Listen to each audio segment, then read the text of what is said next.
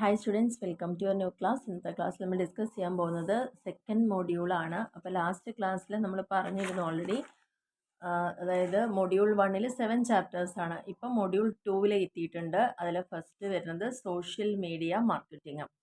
അപ്പോൾ അതിൽ വരുന്ന 4 ചാപ്റ്റേഴ്സാണ് മൊഡ്യൂൾ 2-ൽ. സോഷ്യൽ മീഡിയ, ജസ്റ്റ് അതിൻ്റെ മീനിങ്, ഇമ്പോർട്ടൻസ്, ബെനിഫിറ്റ്, അതാണ് നമ്മൾ ഫസ്റ്റ് ചാപ്റ്ററിൽ പഠിക്കണം. പിന്നെ സോഷ്യൽ മീഡിയ മാർക്കറ്റിംഗ് എന്താണ്, അതിൻ്റെ മീനിങ്, ടൈപ്പ്, ടൂൾസ്.